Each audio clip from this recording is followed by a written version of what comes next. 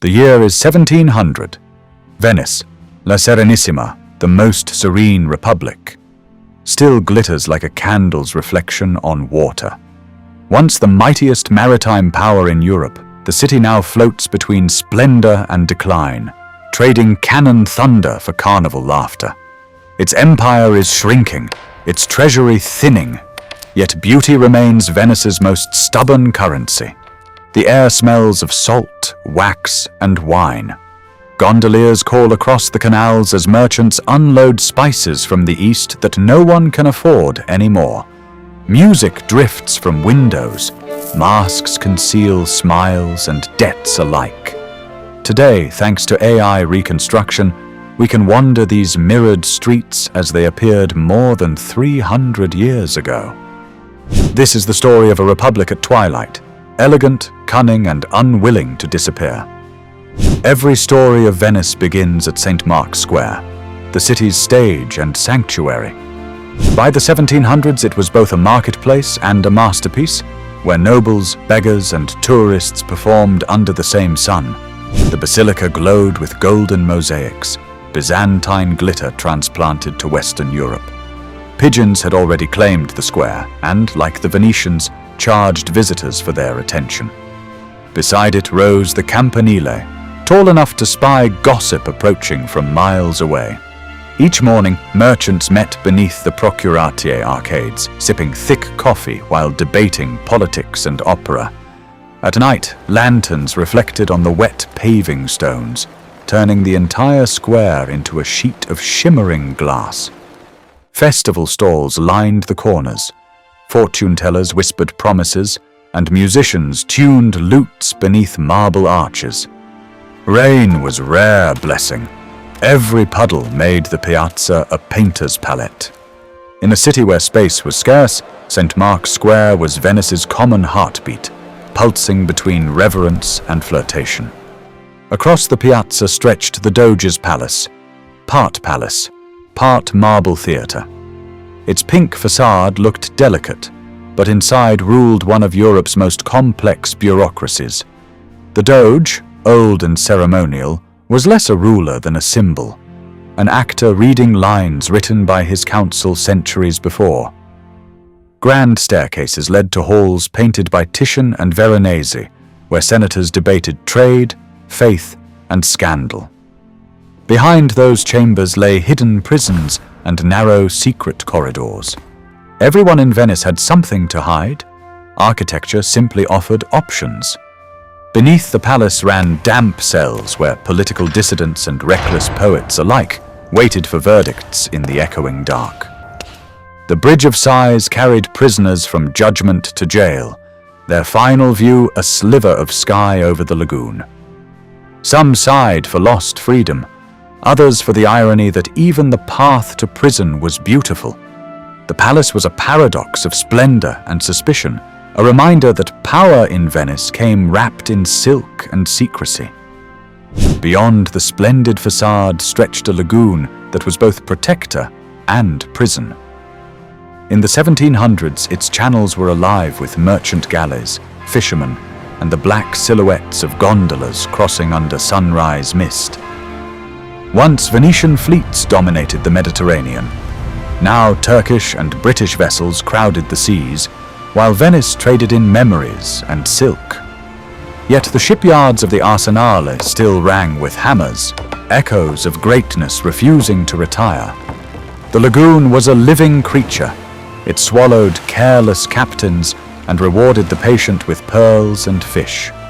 Sailors said Venice floated not on water, but on stubbornness, and they were right.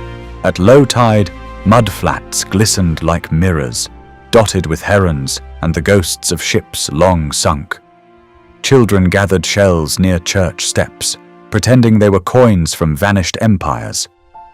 Out here, the horizon blurred between sea and sky, as if the city itself weren't sure where it ended. Half the city's gossip came from the Rialto. For centuries, it was the financial heart of Venice, long before London or New York built their own temples of trade. By dawn, the bridge trembled under the shuffle of merchants hauling goods to market. Spices from India, Fabrics from Flanders and gossip from everywhere else changed hands faster than coins. Below, the Grand Canal glittered with boat traffic. Barges of produce bumped against sleek gondolas, fetched for noble ladies shopping with servants in tow. You could buy anything here: fresh anchovies, Turkish coffee, or opinions. The smell was a blend of salt, citrus, and ambition. Venice's perfume was commerce itself. Vendors shouted prices in dialects as thick as the humidity. Upstairs, balconies dripped laundry like festive banners, and down below, thieves worked as efficiently as bankers.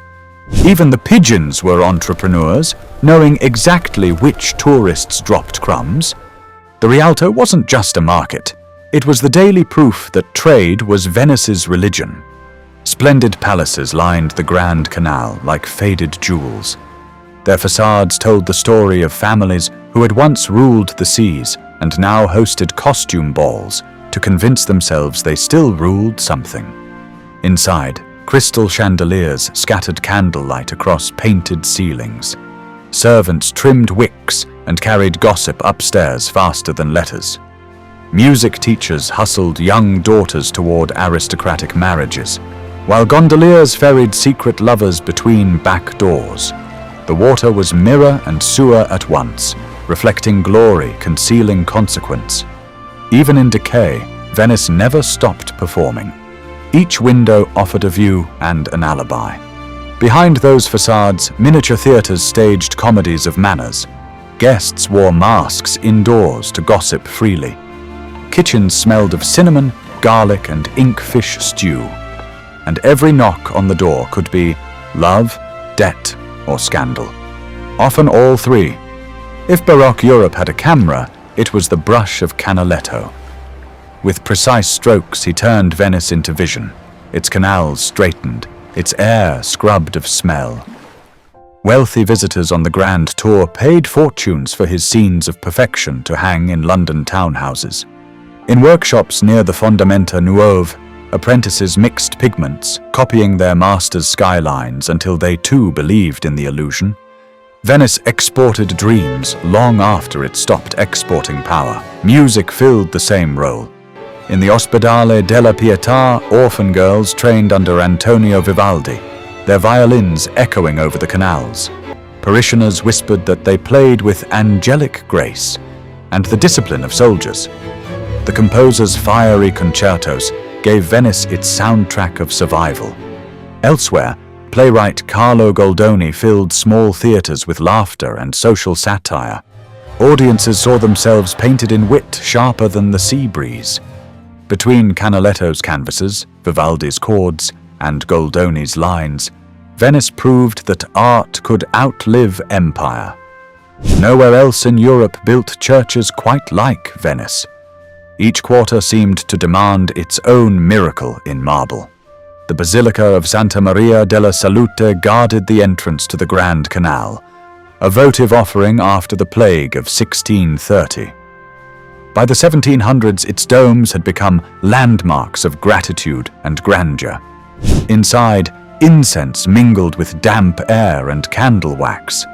Priests recited Latin, while outside a gondolier cursed his rival in dialect. Both were forms of prayer. Faith here was theatrical but sincere. The city prayed for salvation and safe investments with equal devotion. Even small chapels glowed with masterpieces. Painters signed their names in corners to earn eternity, while nuns painted hymns with brushes dipped in humility. When tides rose, seawater invaded sanctuaries, leaving behind the scent of salt and sanctity alike. Venice lived between two floods, one of devotion, one of the sea, and trusted God to manage both. To understand Venice, one must leave it. The surrounding islands were its lungs and workshop. On Murano, glass blowers shaped molten fire into chandeliers for the world's palaces. The craft was so valued that leaving the island without permission once meant death. Trade secrets guarded more tightly than royal fortunes. Burano, bright with painted houses, smelled of salt and dye. Women there wove lace fine enough to weigh less than a sigh. On Torcello, reeds whispered among ruins of the city's origin, reminders that even the greatest republic begins in mud. Nearby, the island of San Michele served as cemetery, the city's only ground not for sale. Marble tombs floated amid cypress shade, as if eternity needed water walls. Farmers rode in with flowers, speaking softly so they wouldn't wake the saints. The islands turned work, color, and silence into Venice's trinity of survival. Every winter, Venice surrendered to temptation under the excuse of Carnival. Masks blurred all boundaries. Priest and pickpocket, duchess and servant danced eye to eye. For weeks, the city forgot the word tomorrow. Casinos glowed with candlelight, fortunes changed hands with every card, and secrets multiplied faster than debts. A masked stranger could be anyone, a prince from Vienna or a tailor from Mestre. And for one night, it didn't matter. The government tolerated the chaos. Carnival was cheaper than revolution. On narrow bridges, serenades competed with curses. Bakers dyed pastries in wild colors. Rumors said the pink sugar was imported sin. Even the gondoliers practiced costume changes between fares. Under velvet skies and waxed smiles, the city's laughter became its strongest disguise. By the late 1700s, the laughter grew brittle. Foreign armies closed in, trade routes vanished, and the republic that had lasted 1,000 years began to crumble. In 1797, Napoleon arrived, and the exhausted Senate surrendered without a cannon fired. The Doge left the palace through the golden staircase a final time, his red velvet robes fluttering like the end of an era. Venetians watched in silence as French flags replaced the winged lion of St. Mark. The empire that once controlled the seas had been conquered by land. Some whispered relief, perhaps peace at last. Others wept, knowing that beauty without power is simply nostalgia. The occupiers dismantled centuries of independence, but couldn't disassemble reflection. Canal water still mirrored the palaces, indifferent to rulers. In cafes, old nobles toasted to lost glory, with coffee they could barely afford, proving that pride, too, can float. The Venice of the 1700s was a paradox, dying yet dazzling, decaying but divine. In losing its empire, it perfected its art of self-display. What remained was a city that turned survival itself into elegance. Every ripple of its canals still carries the reflection of that century. The laughter, the masquerades, the final music of Vivaldi fading into dawn. Venice proved that decline can be graceful, that endings can sound like sonatas. Walk these reconstructed streets today, and you can almost hear the applause that never ended. The city still performs, an encore centuries long. To wander here is to accept the beautiful illusion that nothing truly sinks. Which city should we bring back next? Tell us in the comments, and your hometown might be our next voyage through time. Thank you for watching, and as always, we'll see you in the past.